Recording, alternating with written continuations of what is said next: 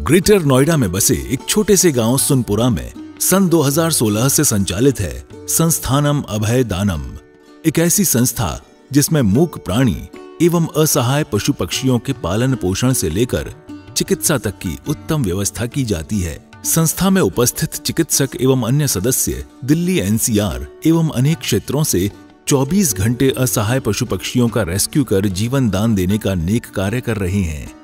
संस्था में ज्ञान दानम गुरुकुल भी चलाया जा रहा है, जहां छोटे बच्चों को लौकिक शिक्षा के साथ जैन धर्म एवं जीवन उपयोगी संस्कार भी दिए जा रहे हैं।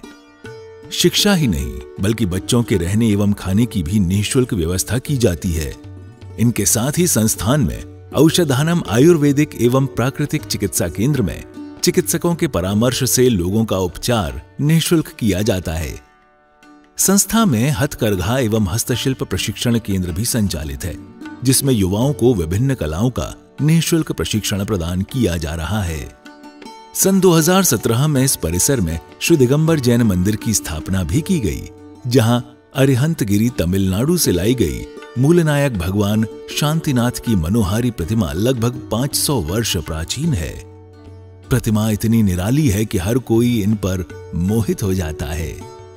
मंदिर जी में प्रतिदिन प्रभु का अभिषेक, शांति धारा एवं पूजन होता है। वर्तमान में पशुजन्य दुग्ध पदार्थ क्रूरता मुक्त न होने के कारण यहाँ अभिषेक हेतु वनस्पति जन्य विकल्पों जैसे कि नारियल जल, पुष्प एवं फलों के रसों का प्रयोग किया जाता है। क्षेत्र पर हस्तलिखित पांडुलिपि संग्रहालय, जैन वीगन ऑर्गेनिक भोजनालय, गुरुकुल निर्माण का कार्य निरंतर चल रहा है। यदि आप भी ऐसे मनमोहक स्थान संस्थानम अभयदानम के किसी भी कार्य एवं क्षेत्र में सहयोग देना चाहते हैं तो संपर्क करें 9868356946 9329322040। आचार्य श्री उमा स्वामी विरचित तत्वार्थ सूत्र पाठशाला। मंगल आशीर्वाद परम पूज्य आचार्य श्री 108 श्रुत सागर जी महाराज, परम पूज्य आचार्य श्री 108 प्रमुख सागर जी महाराज। प्रेरणा स्रोत परम पूज्य मुनि श्री 108 प्रणम्य सागर जी महाराज एवं परम पूज्य पाठशाला प्रणेता मुनि श्री 108 अनुमान सागर जी महाराज। नमन करता स्वर्गीय श्री उमाशंकर जैन गाजियाबाद वाले।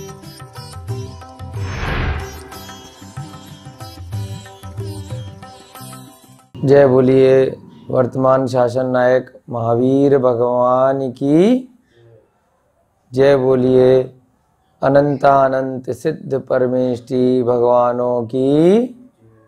जय बोलिए तत्वार्थ सूत्र प्रणेता आचार्य श्री उमा स्वामी जी महाराज की।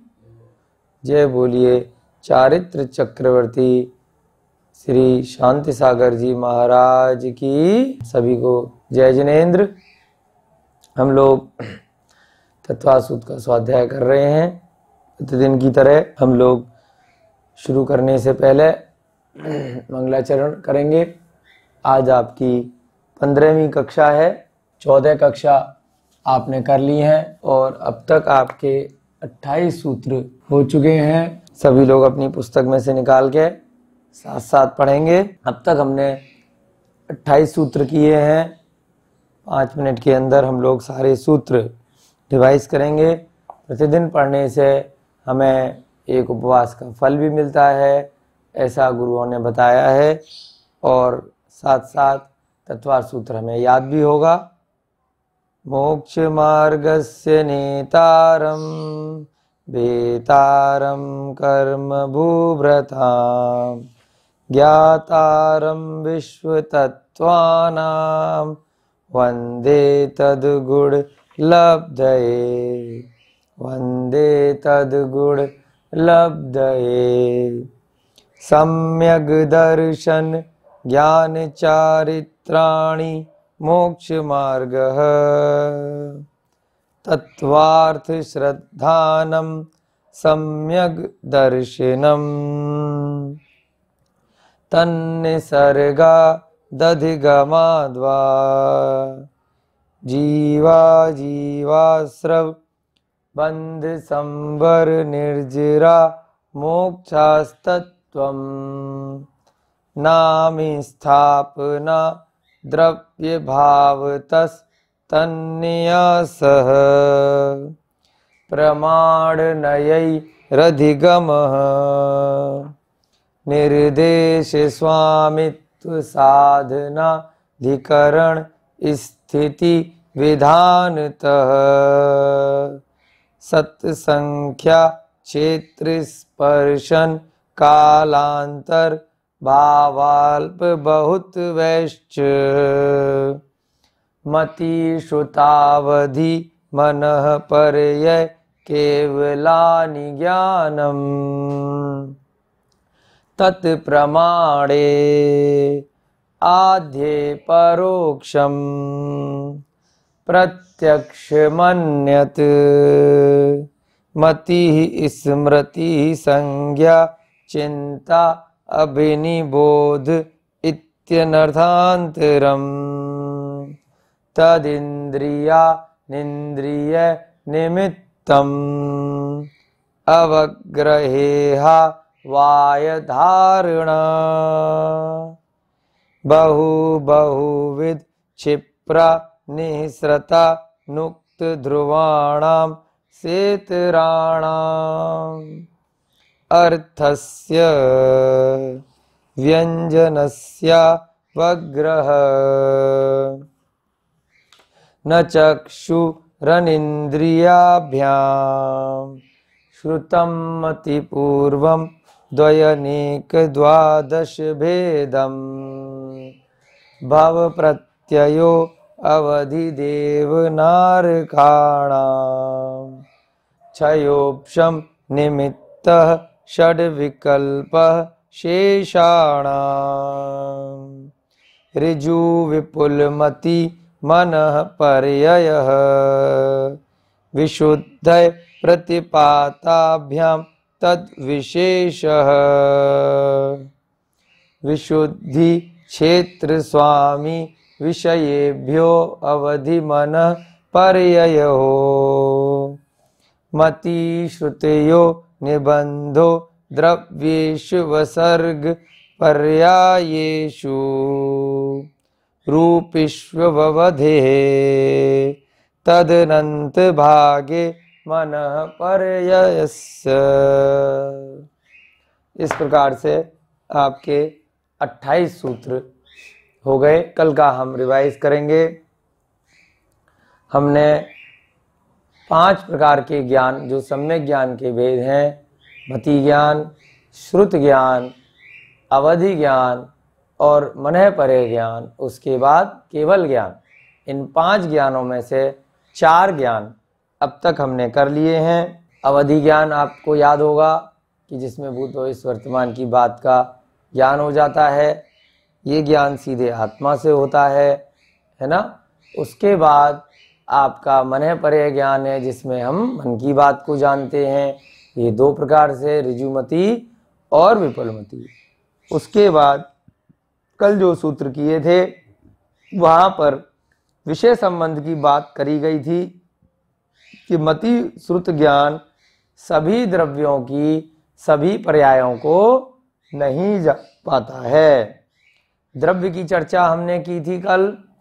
जीव है, पुद्गल है, धर्म है, अधर्म है, आकाश है और काल है।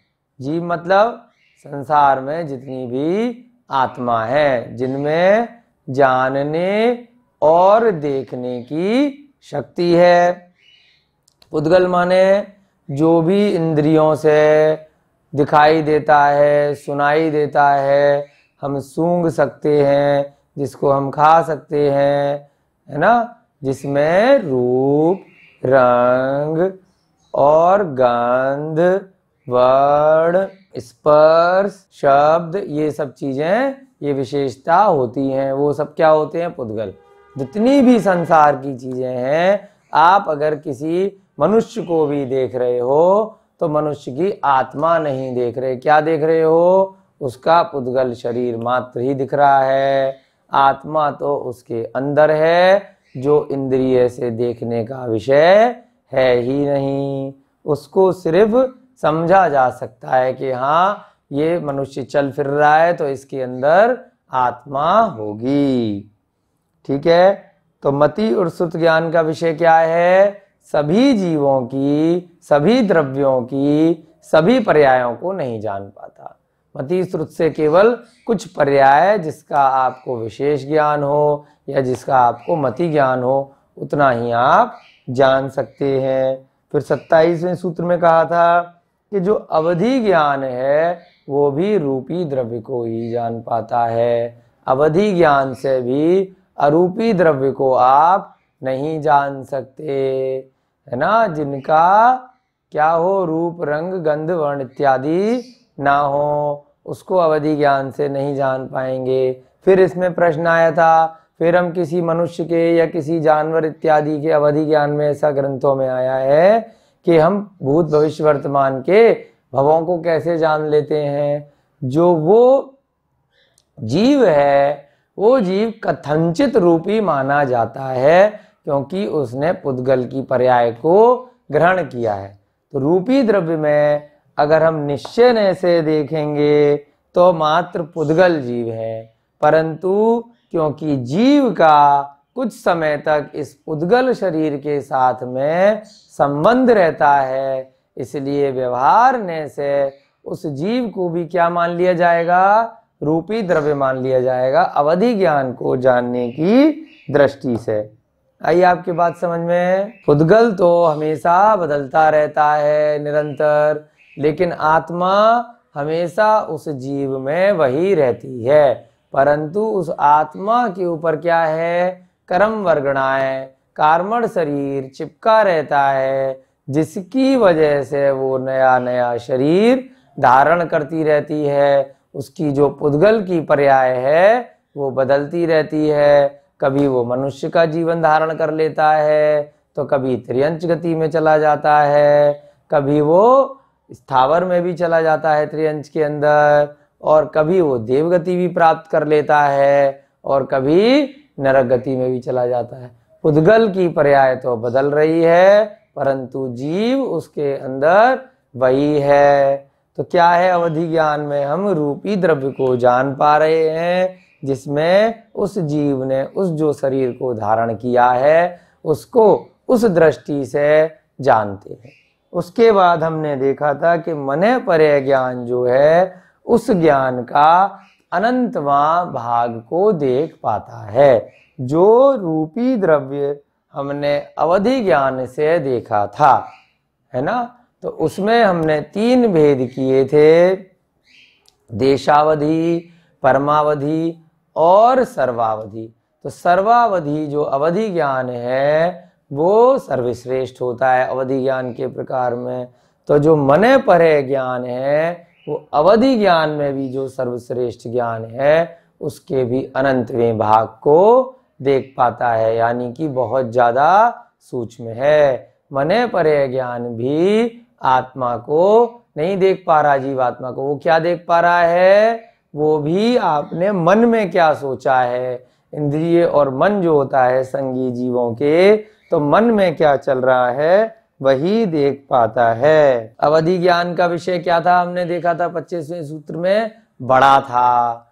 और मने परे ज्ञान का विषय सूक्ष्म है, वो ज्यादा चीज ना देख करके कि मन में क्या चल रहा है वो ऋजुमति से सरलता से जानता है और विपुलमति से कुटिलता से जानता है। इस प्रकार से हमने देखा कि मने परे ज्ञान क्या है? बहुत ही सूक्ष्म है। अवधि ज्ञान जिस विषय को जानता है उसके अनंतवें भाग को मने परे ज्ञान जानता है। फिर कल हमने देखा था जब एक असर्व करके वर्ड आया था, 26वें सूत्र में आया था, मति श्रुतियो निबंधो द्रव्येषु असर्व पर्यायेषु। असर्व का मतलब बताया था कि सभी को नहीं जानता है। तो सभी को कौन सा ज्ञान जानता है? आज के सूत्र में आएंगे। ये आपने देख लिया कल के सूत्र में रूपेशु अवधि और तदनंत आगे मने पर्यस्य। अब आज का सूत्र हम करेंगे 5वां ज्ञान। आज आपको केवल ज्ञान की प्राप्ति होने वाली है। होने वाली है क्या? अभी नहीं है इतनी जल्दी। अभी हम सम्यक ज्ञान की दृष्टि से केवल ज्ञान को समझ रहे हैं। जब इसको समझ लेंगे तब इसका जब हम सही क्षेत्र काल आएगा तब हम अभ्यास अगर करेंगे तो अवश्य ही इसमें कोई बाधा नहीं है कि आपको, हमको, सभी को केवल ज्ञान की प्राप्ति हो सकती है। तो इसलिए पहले जानना बहुत जरूरी है कि केवल ज्ञान होता क्या है। जब जान लेंगे तो उसका अभ्यास भी कर लेंगे, कभी ना कभी अभ्यास कर लेंगे तो केवल ज्ञान हो जाएगा। आगे के अध्यायों में आएगा कि अनादि काल से प्रत्येक 6 माह में, 6 माह और 8 समय, समय जो होता है काल की सूक्ष्मतम इकाई होती है। सेकंड जो हम बोलते हैं, सेकंड से भी बहुत सूक्ष्म होता है, उसका भी असंख्यात्मा भाग होता है समय। तो 6 माह मोटा मोटा और 8 समय एग्जैक्टली, इतने समय में 608 जीव मोक्ष जाते हैं। कितने जीव मोक्ष जाते हैं 6 महीने में? 6 महीने 8 समय में 608 जीव मोक्ष जाते हैं। 6 महीने में लगभग कितने दिन होते हैं? अगर मोटा मोटा 30 से गुणा करें तो कितने दिन हुए? लगभग 180 दिन। 180 दिनों में कितने जीव मोक्ष जा रहे हैं? 608 जीव। तो इसको डिवाइड कीजिए, प्रतिदिन का अगर निकालना हो तो 4 से थोड़ा कम, लगभग 3.5 से 4 के बीच में जीव मोक्ष जा रहे हैं। प्राकृतिक वातावरण में स्थित है। यहाँ बहुत सुंदर हसमुख प्रतिमाएं, नेमिनाथ भगवान की, मुनीश्वरनाथ भगवान की दर्शन करके मन प्रफुल्लित हो जाता है। यहाँ पे गौशाला चल रही है, पशु पक्षियों के लिए प्राकृतिक वातावरण है और खाने की भी यहाँ उत्तम व्यवस्था है।